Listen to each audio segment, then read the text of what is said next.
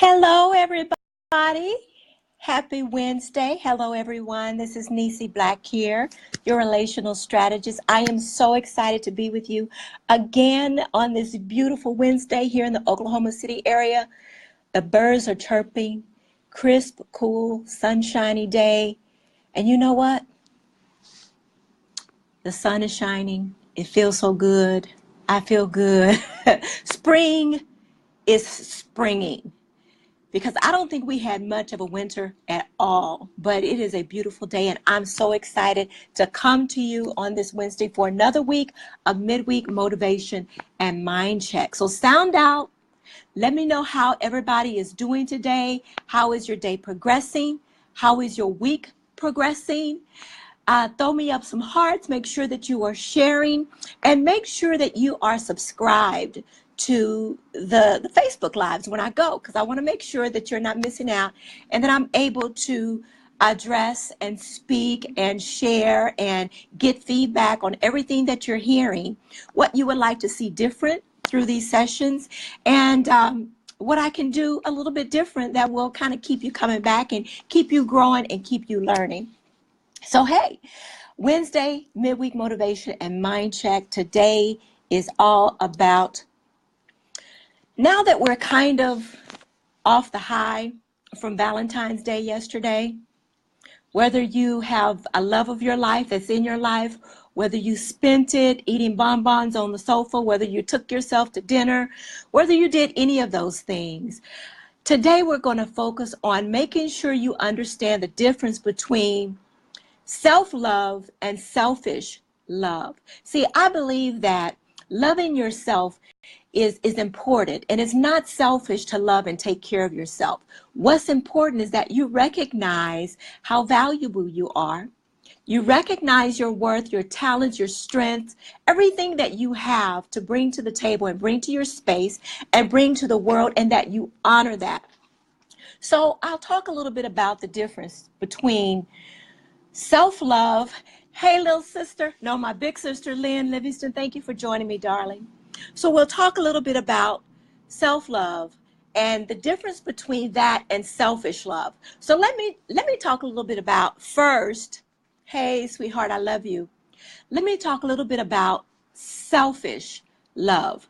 Now, when you think about the word selfish, you're thinking about only what pertains to you. You're putting yourself above everybody else. Everybody else is expected to bend over backwards to accommodate you. Everything is always about you. That's what selfish is. Meaning that you don't have room in your life, in your space, in your thought, in your heart for anything that's greater than yourself. It's all about you. That's what selfish is about, being selfish. Having selfish love is love that only caters to serve you and your purpose. That's selfishness. But when you talk about self-love, meaning that you love yourself, it's saying that you honor who you are, you honor what your needs are, what your wants are, and that you're in a position to honor that and still meet and respect the needs, the wants, the desires, the presence, the talents, the gifts of anybody else that come into your space. Self-love is important when you're talking about where it is that you want to go in your life, what it is that you want to do with your life, how much of your day are you going to spend doing thus and so, and whether or not you have the necessary energy, the necessary resources to get done everything that you want to get done. So if you are running amok and you're taking care of everybody because you love them, which is a good thing, but at the end of the day, you're exhausted and you don't have time to really take care of yourself, you're running yourself ragged, you don't have the energy that you need to properly serve, you don't have the mind capacity, because sometimes we can be exhausted mentally, right? Sometimes it's not just about the physical. Our emotions can be strained because we're listening to feedback from everybody else. We are seeing what they need, and we're helping them, friends, family, co-workers, whatever the situation is. Hi, Twyla. Thank you for joining me, darling. So we're really expending a lot of energy. And sometimes it's not just our physical body that's exhausted. It's our mind that is tired. It's our emotions that we need to take some time away to pour back into ourselves. So when you have self-love, it's a recognizing mindset that, you know what, I'm human, I get frustrated, I get exhausted. I'm going to spend some time to take care of me. I'm going to honor what my body, my mind, my spirit needs in this moment. And I'm going to do what is necessary to protect my space. So we have personal boundaries. We come to a point in our life where we have to shut things and people out so that we can pour back into ourselves. We go to conferences, we go to Bible study, we go to church, we go to all of these places so that we can have some downtime to be poured back into, so that we can efficiently serve and do the things that we want to. So don't get confused when people say, oh, how come you taking time out to do your thing? You need to do that. You need to be in a place where it's okay for you to lay back and relax and shut the door and pull down the blinds and close the shutters and turn off the cell phone and turn off the laptop so that you can refresh and rejuvenate. That's what self-love is about. And self-love is not selfish. So there are several things I want you to think about, and I'm going to share a couple more things in a minute about my book, Self-Approved, A Guide for Authentic and Purposeful Living. There are three things that I want you to think about when you reflect on self-love and care and purpose and consideration for your own wants and your own needs.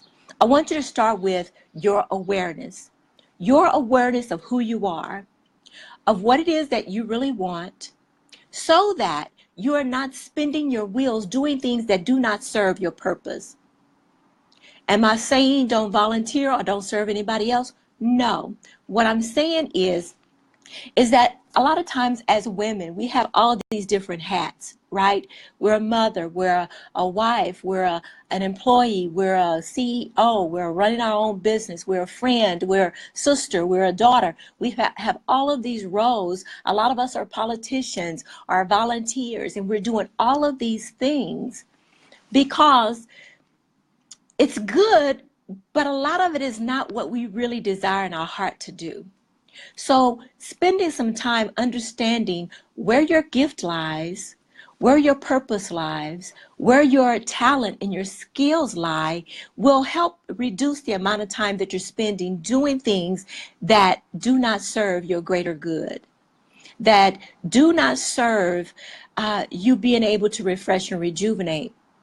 There was a point in time in my life where I was going to church all the time. It was work, church, school, and home, work, church, school, and home. And I was so exhausted that I couldn't get anything out of any of it because my mind was tired and my body was tired. But I kept going. I kept going because it was what I thought I needed to do. Yes, there is a season for you to grind and pipe it out. Yes, there's a season where you got to stay up late and burn the midnight oil. Yes, there's a season in your life where you have to make some sacrifices. That's not what I'm talking about. I'm talking running and going without much sleep, without much rest, without much nutrition, without much exercise, without any downtime. Those are the things that we've got to stop and take a look at and become self-aware of how the running around, how this particular area is serving and whether or not it is meeting the needs in your life, what you want for your future, where it is that you're headed. And if it doesn't, what can you do differently? What can you do differently so that either you can lay something aside, retweak something, reanalyze something, or readjust it so that it does meet and accommodate your purpose and where you're going and everything that you're trying to achieve in your life. So become more self-aware on what it is that you want, what it is that you're good at, your talents, your skill set, everything that you learned and everything that comes natural to you, and how you can use that to further your mission, right? So self-awareness is critical. That's the most important thing. The second one is, it has a lot to do with being courageous. Because once you go through being aware and self-awareness, there are things that you will find out about yourself that maybe you don't quite like, or maybe it's not quite serving a purpose, or maybe it's not quite fitting the capacity that you want it to fit. What are you going to do about it? You've got to have the courage to say to self, because sometimes we got to stand up to us, for our purpose, for our mission, for our goals, and say, look, self, this is not working. We need to do something different. What is it that we need to do different? Let's explore so that we can start making those changes so that we are not in the same place next year or next 6 months or even next month or next week as we are right now. Having the courage to do something that may stretch you a little bit, that may be a little bit uncomfortable when you first started. Hi, Stephanie. Thanks for joining me, honey. Annette, I see you too. Thank you for joining. So you got to have a little bit of courage that maybe you're doing some things that other people want you to do, but it's not feeling good to you, or it's not serving a greater good in your life. And you have to lay that aside. You have to have the courage to accept that not everybody is going to support you in what it is that you want to do. That you may not get the applause that you want when you decide to make change. And you have to be okay with that. Being okay with that takes a little bit of courage. And the third thing it takes confidence. The confidence in the certainty of everything that you're discovering about yourself, everything that you're becoming, everything that you strive to do, the purpose and the mission that you set out to do. Right? You got to be confident and trust yourself and believe in your ability to do what it is that you want to do, whether anybody applauds, whether they applaud or not. You're still focused, you're still determined, you're still going to make it happen because you know what you're supposed to be doing. You spend some time becoming aware of your wants and your needs. You've built up the courage and the tenacity and the strength to go after your dream, to go after your purpose, to do what it is that you want. And you have the belief system in place, the confidence within that will help you keep going in the face of adversity. Now, does it mean that you will never have frustration? No. Does it mean that you will never have conflict? No. It doesn't mean any of that. Does it mean that people will always applaud and always cheer? No, it doesn't mean any of that. It doesn't mean any of that. But what it does mean is that you are secure within yourself to go forth anyway. What it means is that you have the ability to make up your own mind, to decide for yourself without having all of this going on and society telling you that you shouldn't when you're feeling in your gut and your instinct that you should. You're respecting yourself enough and loving yourself enough to see all of your dreams come to reality. You know, sometimes I love vision boards and I love dreaming. I can sit with my mind and just go for hours, but there comes a time when dreaming is not enough. Looking at it on the vision board is not enough. You have to be in action about what it is that you want. Action is what's going to counter doubt. Does that mean you will never have doubt? Does that mean you will never be afraid? No, it doesn't mean any of that. But what it means is that you care enough about your purpose and your dream and what it is that you want for your life to move in spite of doubt, in spite of fear, in spite of anybody else's external approval. You are secure within yourself to go after what it is that you want. So become aware, build up the courage to step out and do what you want to do, and rely on the confidence, the tenacity, and the strength that you have in your dream. That's what it's about. And those are some of the things that I talk about in my book. And I am so excited. I'm having a launch party the last Saturday in February down in Dallas. And guess what? Guess what I got in the mail yesterday? Oh, can you see that? This is my proof copy.